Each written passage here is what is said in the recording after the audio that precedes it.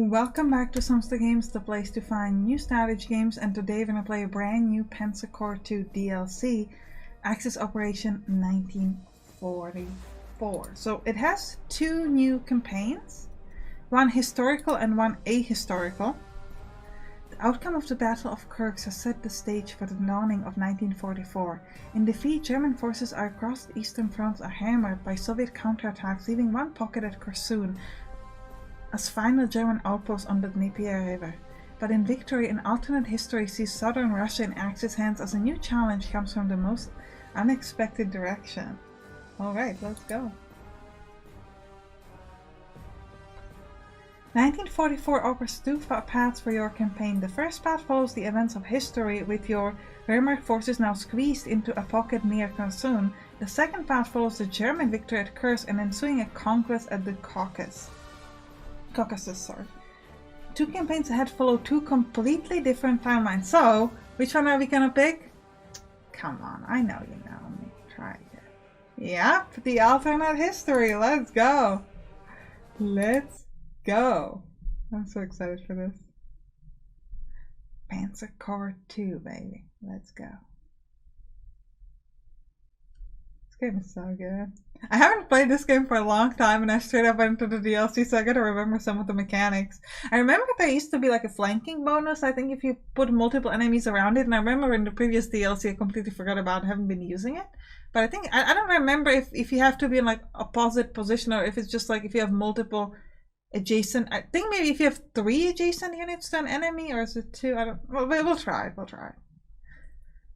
It's all good. Write it down in the comments. It's not going to help me right now in this video, but still. Alright, we've got some medals, so we can, these are things that you can equip if you're new to Panzer Corps on your units, and it will give you that specific effect. So for example, if I put this guy on the unit, it will get 80 support. Or artillery support. And typically there's a limit, like you can't put this on every unit, it has to be like the right type. Some things you can put to everyone. This, for example, gives you speed in Alpine, so you get better defense in hills, and etc. If I remember correctly, they do sort of auto-equip this to an extent on your own people. As always, you want to be checking these strengths and weaknesses to see if there are any new ones. I don't think there are any new ones. The end of all the... yeah, I think we've seen most of these. So this is the way that you can sort of affect the game. For example, if I pick Panzer General, all things are cheaper. Then I can pick a Green Army, which is my favorite things, which means that elite replacements are limited, which is not great, but I always use it, because why not? Also pretty like bad luck, even though people have been very explicit. It's actually not that great, because you can get better than combat results, but I like it, so we'll pick it. Anti-air veterans, I love that. Auxiliary force is very interesting, especially if you are playing very aggressively, where you are not really caring that much for units. Also, I feel like it's not a bad thing to go with the Green Army, because the Green Army means that you can do elite replacements, and on auxiliary force you don't need to do any replacements, because they'll be gone at the end of the mission anyways, or if you really need it, you can just do the green one. So I think like these two things sort of mash up together pretty well. We have one more selection left, so I think we'll pick... yeah, let's give extra movement points to tanks. Why the hell not? My general is Robert, after one of my patrons. Ober Stefan Wagner, reporting for duty. Welcome back to the fight, General Robert. There are quite a few developments for us to review, so we best get started immediately. Is that me or him? It's kind of unclear. I think this is me. The most critical matter is, of course, our current deployment here in the southern of Caucasus. While we most certainly anticipate an enemy attack to challenge our new claim on the oil fields of the Caucasus, the direction of the attack is still surprising. British forces have been spotted moving up from Persia to attack. Hold both debris victory hexes at the end of the scenario. Alternate objective, capture all victory hexes. If you're feeling confident, you can also try to destroy the Soviet 47th Army HQs. Elite objectives control both Astar towns.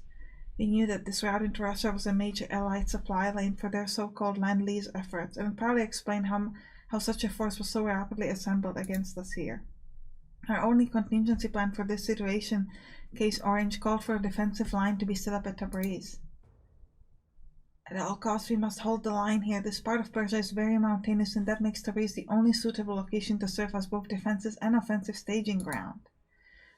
We have some scattered auxiliary forces to assist in our defense, but they lack the power to do much more than slow the enemy advance. I have a couple more matters for attention regarding our mission. First off, some elements of the Soviet 47 army have been spotted. We weren't exactly sure of their strength after we ejected the Soviets from the Caucasus, but if we can destroy their command tanks, they'll seriously disrupt this already isolated Soviet battle group. Secondly, there are reports of fighting on the thin strip of land between the mountains and the Caspian Sea. Reinforcing our units in this region will be nearly impossible. The only direct route is through this valley here. By flying between the mountain peaks, our aircraft can rebase to assist any force fighting in this region. Alright, so Air Force to the right. Provided we first retake this airfield from British paratroopers, that is. Given the remoteness of this part of the battlefield and the indications that the enemy is stationed here are unusually powerful, we should only commit our forces here if we're ready for a serious challenge. There's another matter of note. I've placed several of our veteran units into our reserve. No, don't do that. I just speak Green Army. If you plan to assault this town as terror, reorganizing our current deployments and also pulling more veterans out of reserve will be required for success. That is everything we need to discuss for the mission ahead, General Robert. Oh, I messed up the voices. I'm sorry. I thought it was General Robert talking. We can begin the mission as soon as you're ready, or I can continue with additional non-urgent report to share with you. Now don't talk to me. No, we did not believe it would happen after your victories.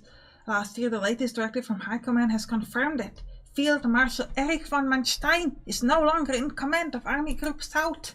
Field Marshal Model is positioned to assume command. We cannot exactly protest this decision, but I have put in for a detachment to transfer out once this current situation in Persia has been dealt with. Perhaps it is just as well, because the new directives from High Command are putting a halt to our advances in this direction. High Command is not interested in the Middle East, not when operations in Europe are expected to expand this year. Everyone expects the Western Allies to launch some kind of invasion this year. The Atlantic Wall will need all the reinforcements they can get. Yup! Also, I have heard that our struggle against the Russian in the north is continuing to go poorly. It seems as we capitalize on our successes in the southern regions, the Russians leverage their strength in the north. After lifting the siege of Leningrad, the Russians have been... Okay, we're just gonna end it, because otherwise we'll spend forever reading stuff. Alright, we have money, and we have... Oh, we actually have a lot of slots left even in the main force. That's interesting. So I could pull stuff out of the reserve. Like, we've got these veterans here. Yeah, let's move them from reserve. These as well. Recon, sure, we'll grab this infantry as well. We'll move everybody from reserve. I could buy lots of things, like lots of them. So let's go buy stuff.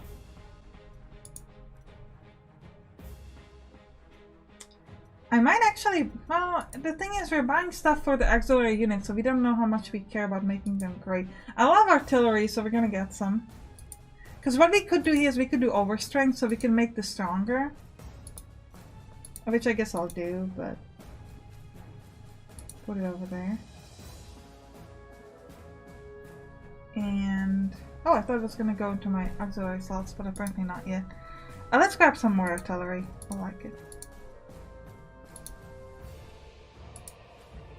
I'm not entirely sure if it's effective to go for overstrength if you have enough auxiliary force. Now that I'm thinking about it, it probably isn't. I think it's probably more beneficial to go straight for...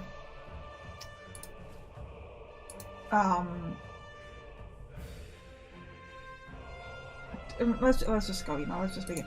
To go straight for like to pick more units instead of picking overstrength, because the point of the overstrength is that it doesn't take that many extra points, so you can afford to do it.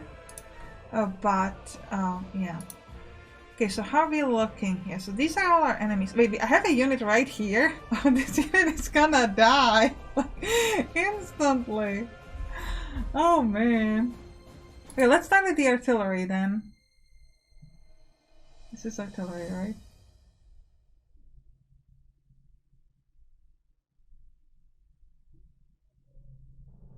Yeah. I don't have that much of a range, really? I think I can at least hit this tank here, like it's not that far.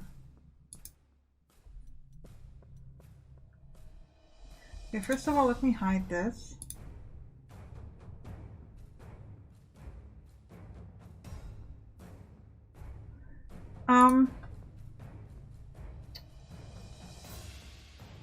Are we trying to get in?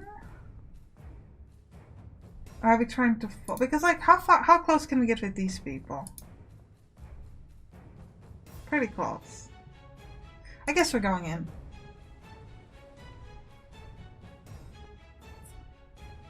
We can do 0 to over here, so let's do that. So hit them for 2, we got some overstrength. Sorry, we got some suppression on them.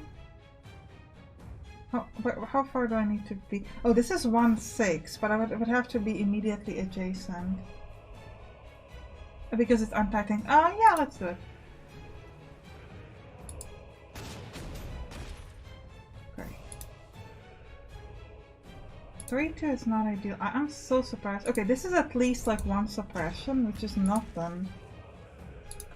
But at least like it's... This is anti-aircraft. Can I switch it? Sometimes you can switch anti-aircraft to anti-tank. Yeah. Switch this to anti-tank. But I can't get close enough to actually do something exciting. We'll get in with this tank. These guys are encircled, which means they can't get rid of their suppression, but I think we'll hit this tank instead. 3-2 is not great. Ooh, I wish maybe I shouldn't have moved this close, but because now we don't get the defense from the artillery.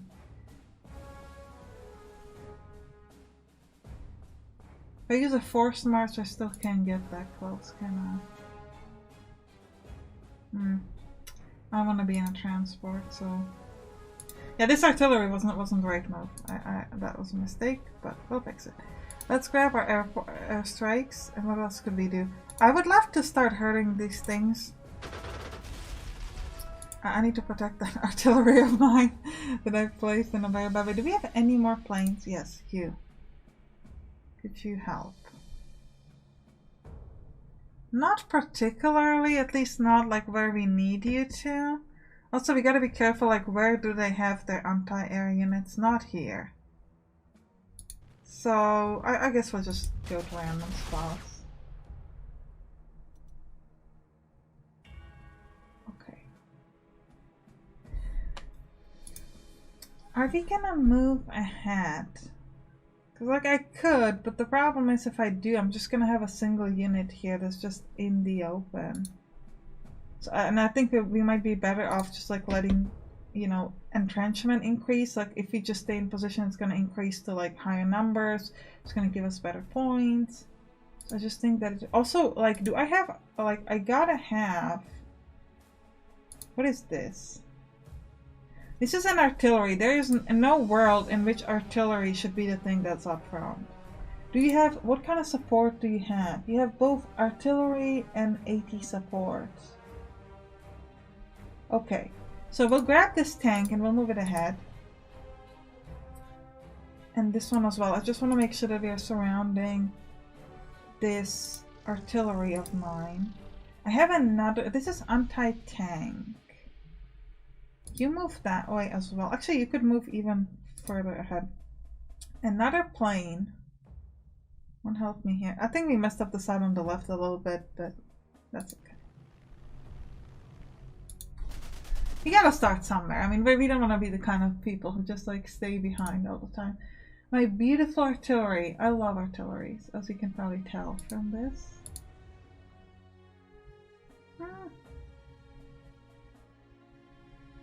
How far can this artillery go? It can't get to here. Well, if I move you, I can get to there. Okay, so this thing will be a little bit in the open, but I think that's fine.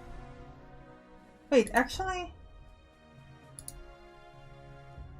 did I move this differently? Can I? You can undo a move, so we're gonna do it. Normally, I'm not a big fan of doing this, but I want this artillery there, and so we'll do it. What about you, this plane? Okay, you could do 0-1 here. Guess we'll do that. Because their tank is much bigger than my tank, so I need to at least start getting it down. It lowers the movement also of the tank, which I think is pretty interesting. This is an artillery as well. So whatever I move to here will also get protection from that artillery. You go there and you go ahead. You two also move forward. Actually, you should just go here and help on this side. I don't think we need that much infantry where we're at. This plane is a little rubbish. So, and by that I just mean it doesn't have a range on anybody. So, I could move it to a different, yeah, let's move it to a different airport so it's a bit closer next time. This is anti-aircraft, that's great, but I need you to be closer. I'll move it here. Okay, and I think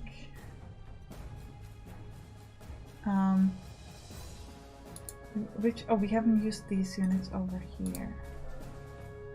Okay, well this is great because this just straight up allows us to jump into the combat. Do I have artillery? Yes. Question is, where are we moving the artillery? Or actually, better question is, where are we moving our units so that we can get a good defense with them still? Ooh, these are pretty good odds. I'm looking at this. This is a recon, and we can get -3, -5. That's not bad. If for a recon, come on. Oh, I can get -2, -8. So let's move here. But I think I'll start with the plane because that gives my tank a chance of. If I kill this, I could get what is it called? Overkill. I didn't get it. Okay, but sometimes you can get it. -6. Ooh, -8 from here. But the infantry, when it hits me, it's gonna hurt. So let's just check. Can't do all that much against this. Well, I can do -2, so I guess I'll do it.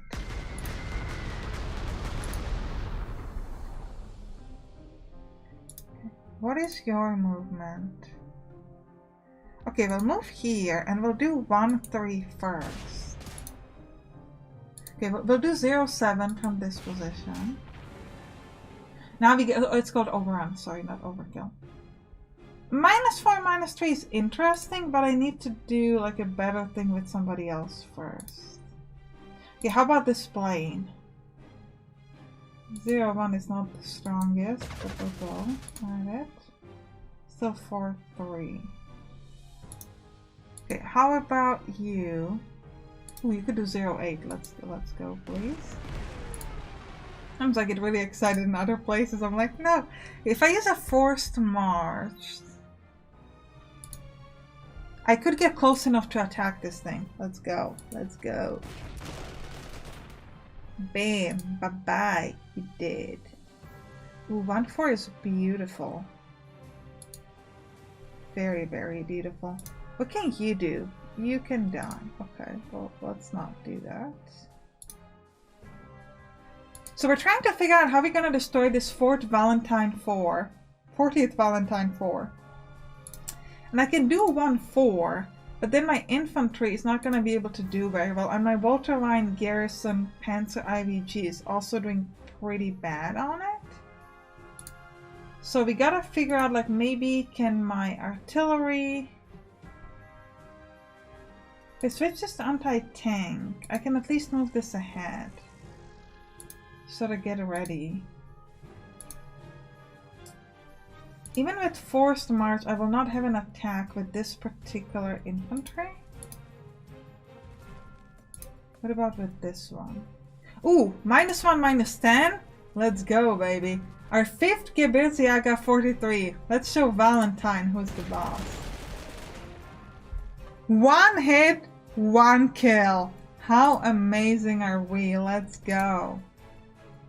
Alright, this, however, their 19 infantry is also being pretty rock solid. Where's my artillery? Huh. I'm trying to figure out whether we want to try to get, like, we need some protection because these guys hit real hard.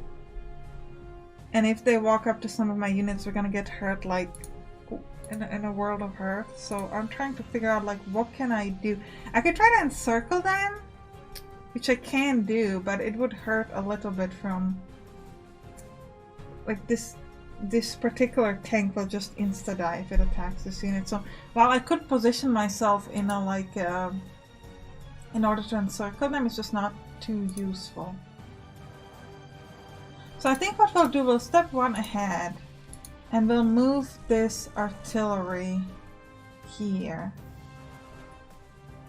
And hopefully it will be able to defend. Whatever, this is this is also artillery. I'll move it here. It's hidden behind this.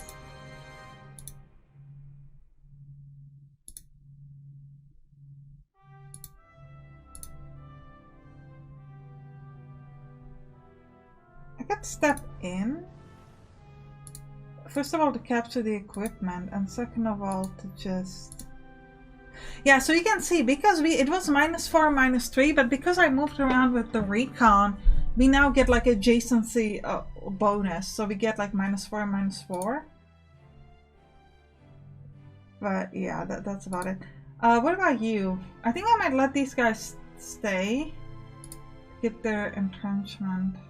Ooh, that's like a big bunch of units here. Interesting. Very interesting. I see. So this is the thing that I could move to Astera potentially. Okay. Alright. You, I don't know about you. I don't know how much we care about this spot. I don't know if they're going to be moving to the right or to the top. It seems like they should be moving up here, but they have a lot of planes here. Which means we are going to get hurt from them quite a bit. Do I have anti-air here in this area? I would love it. I do. Okay, so you need to go like closer. And you need to like be ready. Also, you guys, if I move you here, I think the artillery can step in. Yes. You don't have any entrenchment there, which is a bit unfortunate. But I think this is good. I might move the tank this way as well. We can sort of protect our stuff over there. Any units we haven't really gone with yet? Yeah, I think we're just gonna stay in the city, so we're just gonna end our turn. Let's see what they do. This is actually a good thing, because they're using up their times to attack these strong points, which you don't care about all that much. I mean, we can't see that well, which is like a problem, but other than that, we're pretty okay. Okay, our artillery attacked, but didn't do much damage. Oh, that's unfortunate. Okay, I thought our artillery would do better than that. I mean, we do 1 damage. It's like nothing.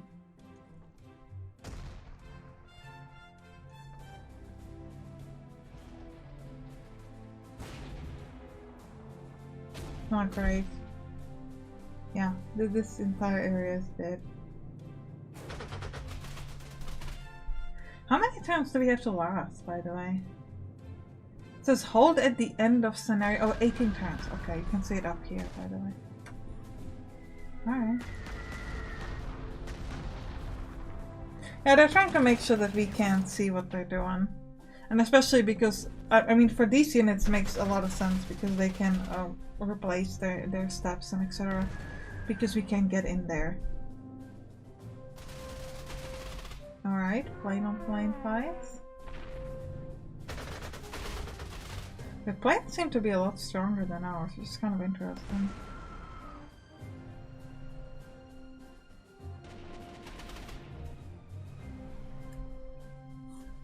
What is this? What's this? Oh, this is an anti-aircraft, okay.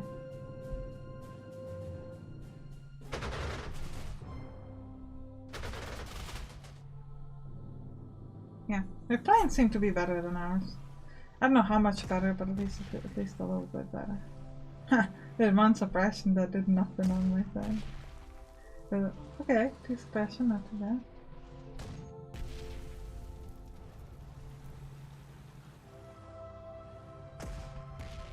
Yeah, a lot of the focus seems to be on the strong points to make sure we can't see. Which, I don't know, I think they might be better off just attacking our units, but it's up to them, I guess. I mean, I'll take it, it's good for me. But, yeah. And I do think that the entrenchment here at Trebice is going to help us out, because you don't technically need to kill them, so any entrenchment we can get, like if you get entrenchment 8 versus 4, it's a huge difference. You just gotta not be tempted and not move to a certain... Okay, so now they encircle us, so that actually made a good strategic thing for them. So we can get resupplied here.